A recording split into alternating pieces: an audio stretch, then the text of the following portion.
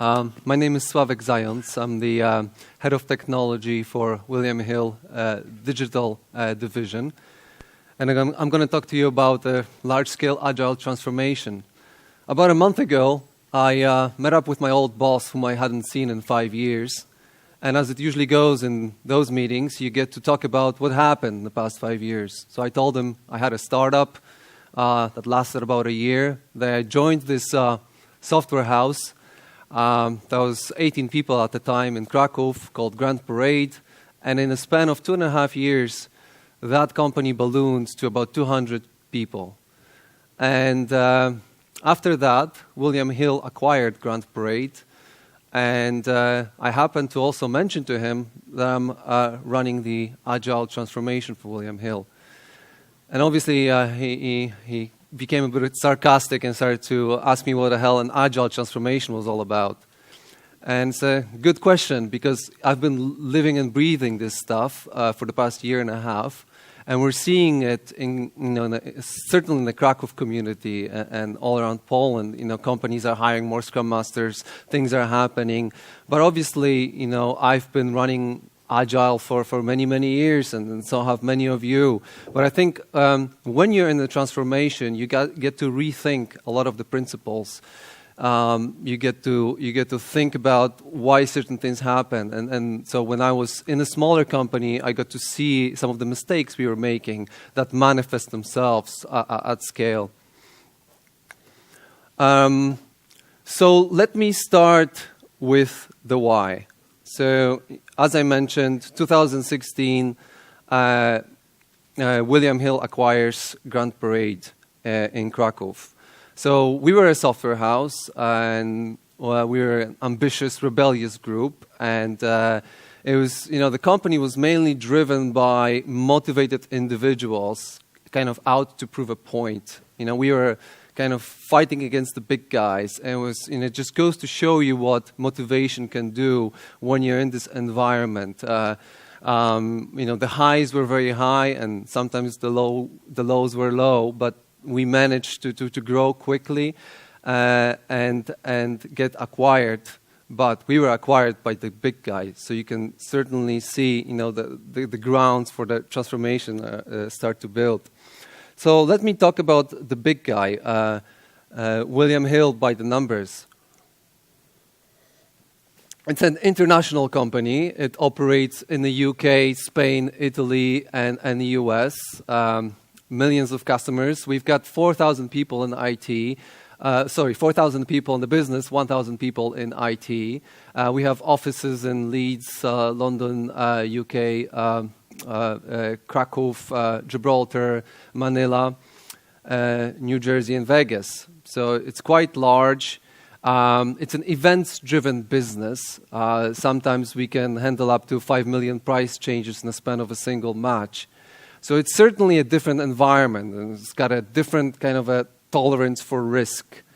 And so why did William Hill need to transform? A lot of the companies in this industry, in the industry of gaming and betting, had gone through transformations, and they had started to grow faster than the market. And so William Hill was challenged by the board to do something about it. Obviously that sets the why. We had the rebellious startup with 200 people, and we had the industry veteran that really wanted to transform. And one of the starting points, and reflecting back on the past 1.5 years for me, is really starting with the world view, and it's something that's not normally talked about in transformations, and especially becomes apparent at this scale, at this large scale, because you've got so many different people with so many different belief templates, and how people derive meaning from experience, whether they naturally trust each other, or whether there's a cultural gap between these people. In a startup, you don't get to see these things, because your people, and eventually you're a group of friends, After a while, you hire this odd guy, but like, you kind of get to understand this person a little bit. You know where they're coming from. But at scale, this is largely a topic that's not mentioned. It's a hard thing to get through because you really have to start to understand the people. You can talk about methodologies. You can talk about the good things you want to do by changing your practices. But you have to understand that if there's a belief system about trust that people may have, you may not be able to get through that. So I am of the belief that you can get through that, but it is a very hard thing to do and needs to be done up front. So I'm going to give you some of my biased points of view, and there's no such thing as an unbiased point of view. And I come from a technical background, so I certainly have a certain set of biases around what agility means to a company. So what I'm describing here is not about adopting certain methodologies. It's about the mindset, principles, habits, and essentially the culture of changing the culture of the company. And that's a really hard thing to do. Now, we were challenged initially at the start. Why don't we just adopt something like the SAFe methodology? Why not do that? And there was a big debate, and we ended up not doing that because the analogy I can draw from like software development is it's kind of like when you start to adopt a design pattern or an architecture pattern without really understanding what you're getting into. There's a certain state of readiness you have to get to. So we decided to evolve Agile. And certainly, I'm not saying one way is better than the other, but it was certainly something that was better for the company at the time. And we had to adjust to business realities. So at the start, we started to talk about what agility would mean to us. And what were some of the business realities? Our execs had asked for some baseline level of consistency. One of the asks was, listen, I have all these milestone trackers, and they all look different. And I'm not sure what I'm looking at. And some teams are performing better than others. So how do I kind of get to see what's happening there? And one of the controversial points was also around meeting dates. Some of the Agile coaches that we brought on board were against any kind of dates, but certainly the execs, and the business is date-driven. The World Cup will not wait for us to kind of deliver the World Cup pages. We have to deliver it by a certain date. So there's a way, in which we can play with scope, and there's a way of doing that, but it was certainly a discussion point for us. And, Agile itself, as a mindset set of principles, it doesn't cover many things. And, just like an analogy I use to painting a house, it's painting a house, but then you can bring in new furniture, bring in other things along with it. So things like quality, craftsmanship, the competence of people. You have to take care of that because nothing, in Agile tells you to actually think about it. It's a set of practices you can bring, such as test-driven development and others.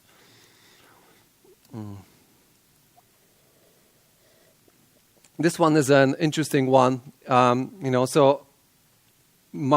always have a technical bias. So whenever somebody comes up to me with a technical solution, I always think that that's the better way of going about solving a problem. And despite the fact that on many occasions that was not the best way of solving a problem. So some of the useful tools that I actually learned from some of the Agile coaches and some of the discussions and how they apply to the transformation. The Dunning-Kruger effect is an interesting cognitive bias. So the more you know, the more you realize there is to know. And it applies to how people rank themselves and how people rate themselves. And at the start, we ran some surveys to ask people, how we're doing. And, those surveys fluctuate with people's experience. And as they learn more things, as they're maturing as a team, they realize, that the bar just gets raised. The fat-tail extremistan, it's a concept popularized by Nassim Taleb in his book, The Black Swan. And it applies, for example, in in the way we're estimating and the way we're estimating with story points. So we had interesting discussions with finance, who was all eager about us going towards the Agile methodology, whether we forecast finances from story points and compare them between different teams. But obviously we cannot, because there's possibly a wild fluctuation between one team and another due to unforeseen circumstances and bugs in certain frameworks and other things. Skin in the game is a good one I like to use when thinking about the broader scope of organizational change, and that's the chicken and the pig metaphor kind of scaled up a little bit. It's that people that make the decisions have to be responsible for those decisions. So we had to take a serious look at our enterprise architecture and how it works with the rest of the organization. The whole concept of DevOps and a DevOps culture, a transformation which is actually ongoing, which started a bit later than the Agile transformation. The whole notion of quality. And not to get discouraged, there are hard times, and we had some hard times. The one thing I said to myself that actually works for me personally as well is assume positive intent and assume that people mean well. It just takes effort to break through some of these things. So let's now talk about the scope of the transformation. It's really at scale. It's a manifestation of people interacting. And obviously, it depends on the structure, and that structure sometimes needs changing. And this was this traditional structure of William Hill. You had your traditional silos of the business and product. In the middle, you have your development teams. On the right-hand side, you have your operations teams. And certainly, as we started to kind of into the transformation, we had to handle the product side of things. So how do we invest in various products? How do we transition from a project organization to a product organization? On the development side of things, not only we had to implement Scrum, but also look at what we do around architecture and security, which I'm going to talk about later, as well as operations. So, one of the big things for us is getting leadership on board. I'm going to discuss how we went about it, and human resources definitely, and probably the biggest problem with human resources is the resources word at the end of it. So it sounds simple, combining user-centric, fast feedback cycles, doing the right thing with lean principles, doing it well. Obviously, it all depends on the history, the structure. Every transformation is different. But essentially that's the goal. But what really is the goal? What are we striving for? And so one of the values that William Hill has is eyes on the customer. And so what does that mean, right? What does it mean to understand the customer? And I'm going to take maybe a step back from the IT industry and talk about my favorite coffee place, which is Karma on Krupnicza, where I like to go and drink my fancy coffee. And they take something like a commodity, which is a coffee. They turn it into a product. They roast their own beans. They go beyond the service, which is what you get at a conference like that, into the experience. You get your coffee given to you in a chemical flask, and certainly you go through a really good experience of drinking a coffee. When you look at something like Starbucks, it's quite impressive that they've done something like that at scale. Maybe not as good, but still, when you go from one Starbucks to another, you get a relatively consistent experience from one place to another. And so, as we're going through this journey, we're also on trying to understand what value is. And initially with teams, the aim is to start focusing on value, start to understand it. When we're seeing some of the more mature teams that are delivering value,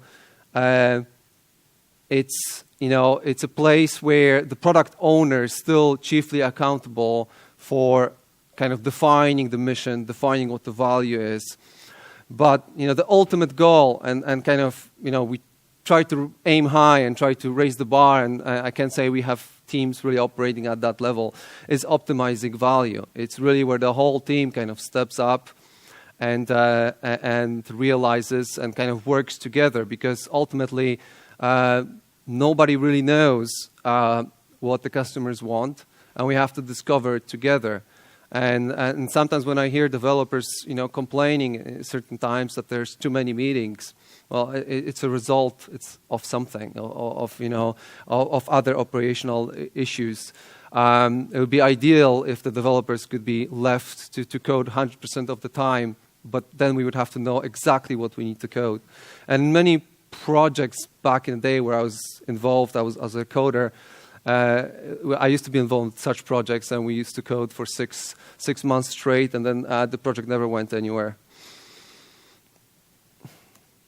So, as in anything, I like to talk about trade-offs, and this is an interesting one for me because it appears on a daily basis.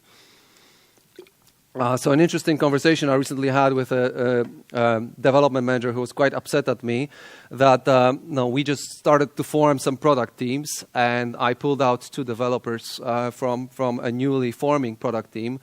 And why was that happening? Aren't we, trying to mature Agile? And that's certainly a tough one because there are some business realities around it. So there's always, an answer, and that answer was that there was a high priority project that the execs really wanted to do, and you have to be grounded in that reality sometimes and make those tough decisions. I really recommend that book by Ray Dalio on principles, where he talks about this at length. When you look at another trade-off, which is speed versus efficiency. So how do you optimize your teams? Do you optimize them for speed? Do you collocate everyone in the same room? Do you have all the roles? And I mean all the roles. Certainly some teams, some companies have gone through these lengths. But then, what do you compromise as a result of that? And it's not a one-size-fits-all. I've had some discussions with companies that have gone to the extreme of speed and then ended up regretting that. Precision versus accuracy. We were certainly in the, back in the day, in the false precision mode a little bit, trying to say, this is exactly our date, this is exactly what the budget is going to be. We're now aiming for this accuracy, giving a range estimate with certain variability, trying to get away from false precision whenever we can. And the last trade-off to me, there are many more, but the last I want to talk about is the notion of standards. When do you introduce them, or do you give people a free choice? And it's also a trade-off, because as soon as you introduce standards, you start to fossilize potentially innovation, because you enforce something on people. If you give people free choice, obviously that has its own inherent risks. So I thought about it a bit and talked to a few people in the industry. There's certainly a middle ground in some of this around standardizing something that is perhaps not your core business and giving people the freedom to innovate around what your core business is. So let me talk about some of the challenges, because every transformation is different, and obviously we had a lot of challenges. And the biggest challenge is that we started in technology. And normally you hear people saying, well, that's not really the way to start. You should start in the whole business. But we really had no choice. We were told technology needs to get agile. Okay, so we started, but if you assume this positive mindset, what you realize is that you start to make changes, you start to improve, and then people start to notice, and that's what we got exactly from others in the business. They started to notice, and they said, "Well, technology is actually doing quite well. What can we do to get on board?" So there's no such thing as a bad start. It's about the journey. For us, it's definitely an evolution of Agile. We were frequently challenged why we weren't bringing this or that framework And evolution also of the definition of done and definition of ready. As teams mature, as we're getting coaching, as we're bringing more things on board, we consistently have to define what done means and what ready means. I mean, I remember some teams that newly forming, for them done is just finished coding, right? And obviously that's not where we want to be. The issue of trust and transparency. You know, how do you kind of build trust? Who trusts who first? That was the challenge. I sometimes found that teams didn't really trust the execs, but the execs kind of really tried to open up and trust. You have to work on that, and I think KPIs to a degree help with that. And KPIs, I want to talk about it later, but they have a value, they have a purpose, they also have a lifespan at times during the course of a transformation. Communication to me is the biggest, one of the biggest things, one of the biggest challenges. We now have 5 floors in Krakow, and sometimes when I walk between floor 2 and floor 3, I get different ideas of where we're at with the transformation. And it's probably true because different teams see different aspects. And communication certainly is not, to be given to a group of people to kind of communicate outwards. It's not about a stand-up, once a week where somebody tells you where we're at. It's about everybody getting involved. It's about building the culture of open communication. It's just like the DevOps culture or the quality culture. Scaling beyond IT was a challenge to us initially, and we've broken through now. We're seeing our product organization, our business getting way more mature than we ever expected. So let me talk briefly about KPIs. Now, what KPIs did we adopt at the start, and why? And what was their purpose? So one of the key KPIs for us, is the lead time. From the time we approve the initiative at the product council, from the time it gets marked as ready to the time it gets delivered to a customer. On the development side of things, one of the key KPIs is the development cycle time. From the time we mark a user story as ready to the time it gets marked as done. Obviously, that depends on the definition of done. But I think, at the start, it was just a challenge to get into the habit of using KPIs, because there's no such thing as at the start of a valuable KPI. It's just a habit of getting into measuring things and constantly evolving it. I think we're at a step now when the teams are now getting into owning these KPIs, and the communities of practice are starting to discuss them. So for example, I want to talk about the backlog health KPI, which we defined, which I was challenged on. Well, if you're talking about value, you want to deliver value to the customer, you define the backlog health as the number of user story points you have in the backlog for the next 2 sprints. So where is the value in that? Well, I said, there isn't any value, but we need to start somewhere, and we'll start there. We're going to see if the product owners are actually running the processes. We're going to try to measure and report on that and feedback, and we can build value into that at a later point in time. We adopted the Spotify Squad Pulse to measure the team sentiment, and when we reported that is subject to the Dunning-Kruger effect. It fluctuates in time, but it's very useful as well, because one of the biggest problems that we've been having is around the whole DevOps culture side of things, and that's certainly appeared in the Spotify Squad Pulse report. So the purpose is to really drive improvement through ownership. We want teams to own these KPIs. We've built our own dashboard. I'm hoping to open source that system by the end of the year. It's based on Jira. It pulls data from Jira and displays it. Displays various KPIs that the teams define. So we've been working with some Agile coaches, and that's certainly it's interesting. It's been an interesting journey. So we use a combination of contractors. We now have 10 Agile coaches working in our business. We use a combination of contractors, but we also went and hired our own permanent Agile coaches, because we want some of this knowledge from the outside to be retained. And a good coach is really hard to find. That person has to really live the Agile values and be humble and be kind of grounded a little bit in the realities of this business that they're transforming.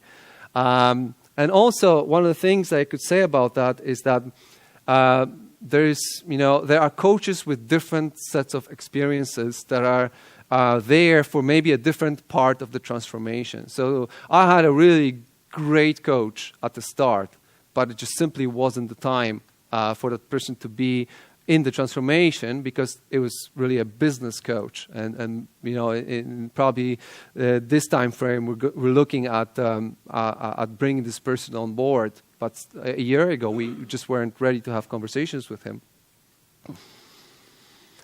I want to talk about what we've done with guardrails and around the architecture, security, and operations side of things. So we at William Hill had still the old traditional software development life cycle methodology, where we had a upfront architecture solution definition with sign-offs from architecture, enterprise architecture, security, and operations, and that significantly delayed the start of a particular project.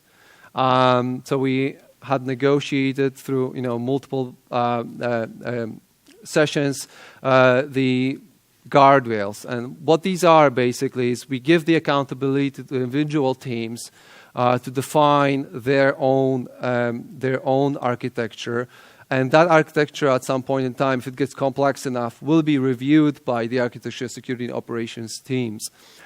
We simply have to have these guardrails in place because we're regulated industry, obviously 24/7 regulated industry, frequently audited, and that's what the auditors check as well. Same with the architecture. It's I was an architect back in the day, and we used to kind of do these long-winded documents with 3 different options, and try to kind of predict everything up front. But the industry is moving in a different direction towards the evolutionary and emergent architecture. There's a great article by Uncle Bob about screaming architecture, which is a short one. I highly recommend that. My favorite kind of example that's materialized in the real world is the St. Pancras station in London, where you see the old station next to the new one. In kind of the coding metaphor, they didn't just rewrite everything from scratch. They kind of adopted the existing and they added the new. So I want to talk about a little bit what was accomplished and finish a little bit sooner and kind of open up for questions, because there was a lot of stuff that I actually cut out of this talk because I didn't know which area you may be interested in. But we have set up the Scrum teams, where we have set up the Agile portfolio, the funding, and now the product blueprint. The architecture, security, and the operations are running with the guardrails as of this quarter. And that was a big one for us, because since the acquisition, when obviously you have this rebel culture being acquired by a bigger corporation, attrition increases, especially at the start. So you have to address that, and there's no real way of addressing that other than going about your own business and kind of trying to improve things. And I think certainly the transformation helped with that to average it out with the Krakow average. I think one of the things that we've seen is that the trust certainly started to increase, and that there's more engagement from our business and from our execs. And we've opened other things up. Other things popped up. It's a never-ending process. People ask, will this transformation ever finish? When will you finish? Well, it won't really finish. It's a continuous improvement process. But one of the things that we're actually going through is the DevOps transformation, which I maybe want to spend a minute talking about, because it's been one of our biggest pain points, and why that's been a pain point. So I know there is a DevOps engineer role, which is probably one of the biggest problems with that. And it certainly has been in our place, where the developers think that this is the only person that's going to be responsible for doing deployment. And they're just doing the beautiful coding and pass the deployment on to the DevOps engineer. And so that's really the build it, own it attitude is something we're trying to work on right now. But the other challenge of trying to work on that is that we have our own private cloud, which we're migrating away from. We're migrating towards Amazon. So this is further complicated by that fact. But when you look at DevOps, I kind of put quality in the same bucket as DevOps. DevOps culture, quality culture. It's when I worked as a software developer and I used to have QA. From my own experience, I had way more bugs than when I became a consultant. I was responsible for the quality myself. That's not to say there isn't really a value in having a QA expert on your team to kind of instruct you about the ways. There's great value in that, but it's about removing that from a single point of failure, a single individual, and kind of moving towards that. So that's what we're looking right now. When I talk about improved automation, I talk about the CI/CD build pipeline, which is also one of the things that one of the pain points for us. So as we're going about this journey, as we're going further, I want to finish off with the thing that matters the most, which is really the right mindset, and this is what we're working on the hardest with the teams, to get teams to be self-motivated, have continuous learning built in, and focus really on the team. And I like the notion of the growth mindset, and how do we approach skills? Do we crave to learn new skills? Do we crave challenges? Do we want to kind of shy away from effort, or do we like effort? And the whole idea of feedback is a key idea.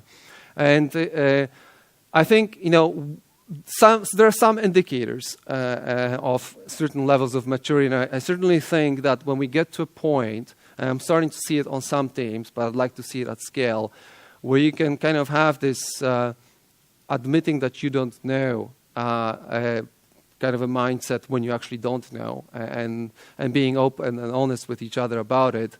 I think that's when we know we've progressed beyond a certain point, and that I'll be happy with when we're there, because that will indicate that many things would have had to change, including perhaps our HR as well, and not only the trust between technology and the business. So that's the short of it. That's all I had to say about the transformation. There are obviously many more details, and I'm happy to open up to questions from any of you.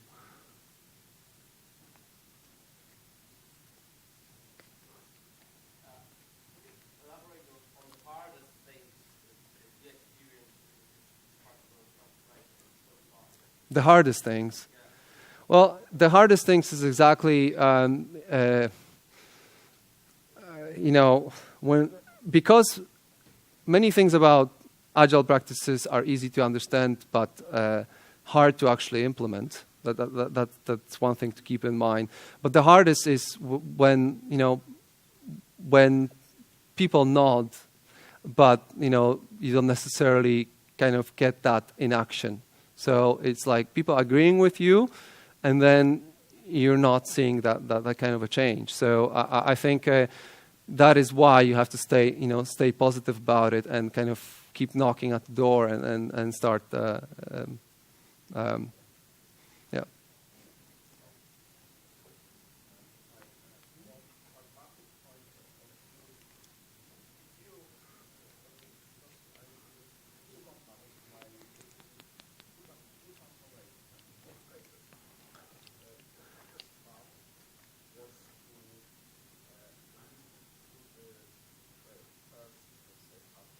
Yes. Yeah.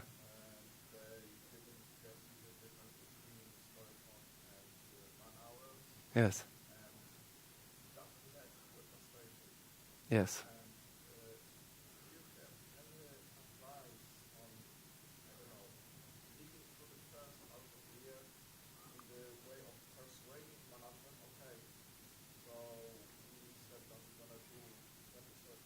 Mm-hmm. but with wrong estimations. Mm-hmm. And we thought, okay, the next time we estimate this story or happening, not 8:30, but 4. Mm-hmm. So how to go with the techniques, the process, and how to persuade manage Yeah. that it's not better than man hours. Because management tends, from my experience, to say that this is your time, those are the tasks. Yeah. So give us time and tasks, and they expect the user. Yeah. That's that it's either time or tasks. Yeah, exactly. Exactly. Uh, well, if I understand the question correctly, the switching from man hours to story points, and what how to go about it without getting management upset, and getting the management buy-in into that. When it was, I mentioned that kind of precision. This is how many man hours it's going to take, and now the story points, right? That's kind of you can go in and out of range of that precision, right? That's essentially what the management sometimes fails to understand. So I think first of all you just have to keep on delivering, right? You have to keep on delivering what you've delivered, and second of all, just multiple discussions, really.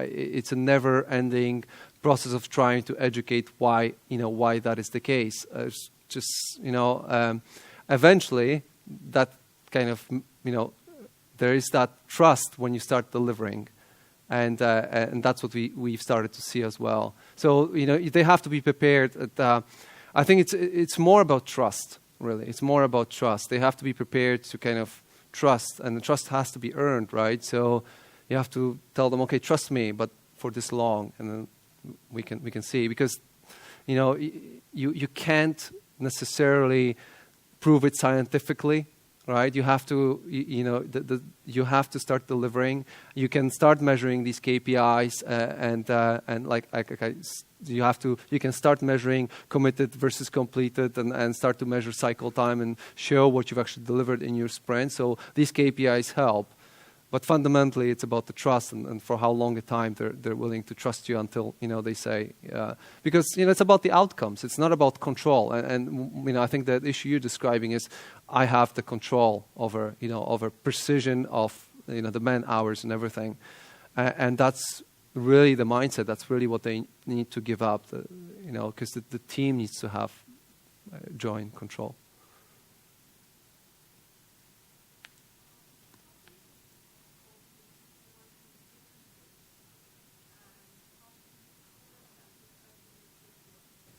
How do you cope with people working at different pace, and how does that reflect in your KPIs? So first, right, the KPIs are not to compare one team versus the other. That's what we're, yeah. But let's say on one product you're referring to that. Well, it's about how effective the team is, not about how effective the individuals are, right? So, are you perhaps asking, should you have slow-performing individuals with fast-performing individuals? It's fundamentally how the team operates with each other, and whether they deliver value, whether they feel good working with each other. What you actually notice that people naturally kind of phase out when the team kind of forces them out. I don't think management needs to really do something about it. If there's a person that's just not pulling their weight on a particular team, the team will kind of bring that up to you. So I'd rather leave that issue to the team. Yeah? I don't know. So how do you avoid the trap of an ivory tower in architecture and security? What I... Avoid the trap of an ivory tower. So basically people sitting and telling other people what they should do in terms of architecture and security. They lack the context. Yes. So exec support. So we were fortunate that some of our execs that have joined recently have been through a transformation, and they've given us the support saying, you can go ahead with those guardrails. And so, you know, when you do that, when you have this exec support, then it's more a discussion point of, you know, this is where you can add value of kind of trying to advise us rather than trying to control us. I think it would have been very, very hard without exec support, if the exec supported the ivory tower, because obviously security is really important, it's really strong. But we were just fortunate that, you know, the people up top, our CISO, was really open to that. If they hadn't been open to that, what I would suggest is to, in some areas where, you know, not necessarily around architecture or ivory towers, but certain blockers, to bring them on the journey. A lot of companies that have gone through successful transformations and are open to kind of visits and discussions. So facilitate one of those meetings and kind of invite the architects and some of the execs into a company where things are running a little bit differently.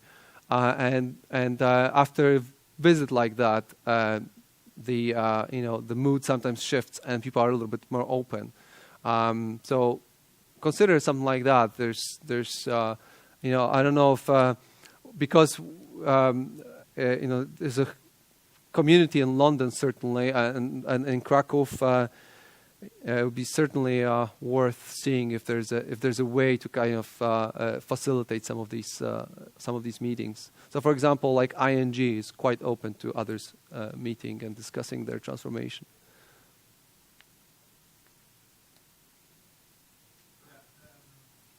My name is Nassim. Not the Nassim, Taleb from the.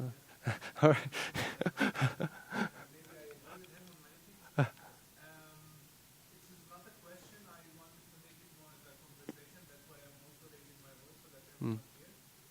I'm also coming from a startup called Tradeoffs in Germany, which was doing an e-commerce platform for payment providers, and got acquired by a huge American company called Agile worldwide that does all kinds of things in payment, so e-commerce, cloud, POS, etc.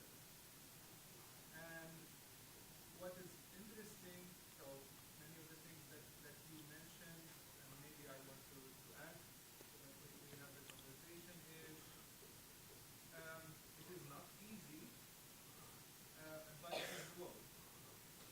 It is not easy in the sense of don't expect someone who is big, who is 4,000 or 5,000 employees, to just digest you right away. Especially if they're making money, right? There's that, right? So why they bought this startup is because they have money and they want to make more money. And the way how you can bring them into your mindset is again by money. So you need to show to them that this is the way we work, and we work because of 1, 2, 3 reasons.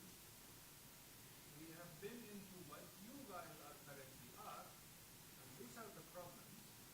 We can try to go your way. Maybe you should even try to go their way. Have the impact, and the impact is again money. Look, we were doing that much of benefit before you bought us. Now we are going that way. It is going down. These are the consequences. Now you choose. And the result in our case is not that we only kept our way. Now we are leading the transformation of the 4,000 people company into our way. Yeah, that's an interesting point because certainly I think we've seen better numbers on the bottom line for William Hill as well. But it's a tricky one because you know, it doesn't come right away. So sometimes you have to just trust in, just like going to the gym. You kind of, it takes a while to get into that shape, right? So you have to just trust that that's the right way. Yeah.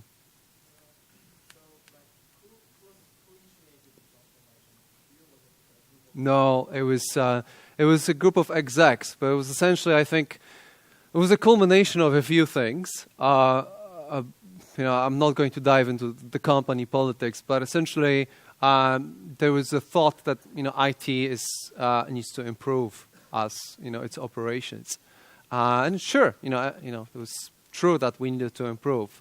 So that's how the transformation really started. Okay, IT improving, so we started to improve, but then it brought others on this journey as well. So in Krakow, we're mostly developers, we're mostly IT. So that was main focus was on Krakow at the start. Yes, there was one in the back. Yeah.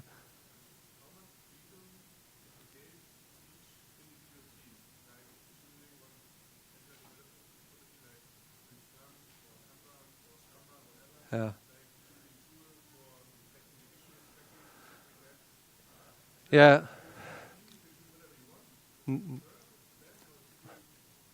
That's a topic of hot debate, right? So we wanted to get a certain baseline level of consistency because we wanted to measure KPIs, and we wanted to do it in a generic way. So we had these dashboards. So we all use Jira. And not only that, we use similar workflows in Jira, which was a point of contention. We're evolving that, and I think we started with Scrum, and just getting Scrum rolled out across the teams. And now we're opening up to things like, other teams prefer Kanban, but we certainly, so we have about 32 teams right now, kind of in a matured Scrum phase. And we're evaluating whether Scrum makes sense for those teams or not. But it's with the basics, we had to start with a baseline level of consistency. Not, when you're growing organically and you're a startup, maybe you don't need to worry about this. But for us, we wanted to kind of gauge whether we're making some progress.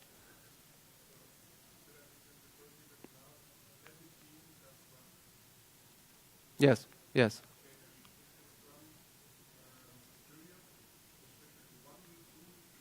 So right now it's 2 weeks, right? Right now it's 2 weeks. But again, I think we're going to be flexible, and as the teams mature, we're going to be flexible to let the teams kind of define their own optimal path. At the start, we wanted to get that level of consistency because we found it was just hard to kind of manage it across so many teams.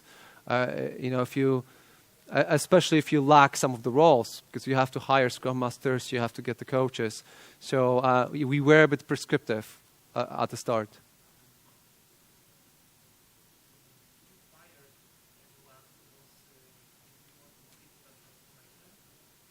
Did I fire anyone? I fired many people, yeah, but it has nothing to do with the transformation. In my role, you just have to do it sometimes, and unfortunately, but no, actually, I let the situation play itself out, and some people that just can't handle the changes. Sometimes it's not for them. So it was that aspect. But on another hand, Agile coaches sometimes saying the wrong thing. Right, so we've had these things happen to us as well, saying, on day one, going to project managers saying, your days are numbered. So what do you do with an Agile coach that says that, right? So you have to work, with that. Yeah. How do you support the teams in those transformations? For example, you mentioned Agile coaches. Yes. Yeah. But for example, there may be some roles that were lacking in a team to ensure that they even could try to start a more agile way. Yeah. For example, the topic of requirement gathering or quality assurance. Yeah. We have coaching coverage across all teams. That was one of the obviously not all teams move at the same speed. So we take on the 5 teams, we work with them for a period of 2 months. We notice if it's enough for us to kind of move forward to other teams, right? So so that's one way. Another way is communities of practice as well. So we've set them up in the company to help with communication. So so that's starting to work much better rather than top-down communication for people to start to talk about that. And we certainly report on that. So one of the prerequisites for us is, we wanted to ensure that we have a Scrum Master role within the team. So I know that there's a, Scrum Master could also be a person, that kind of capability within the team that steps in. But at the start, to get that baseline level of consistency on each team, we had to have a Scrum Master. I mean, the Scrum Master would cover more than one team, but we would track that if we have met these requirements. Yeah.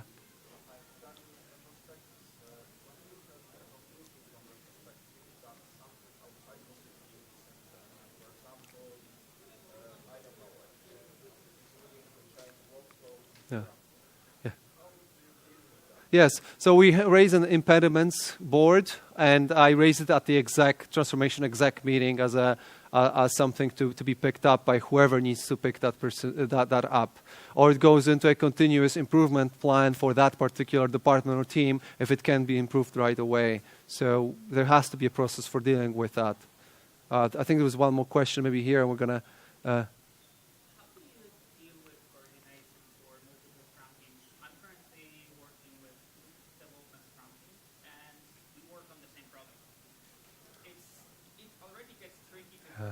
Yes, yes.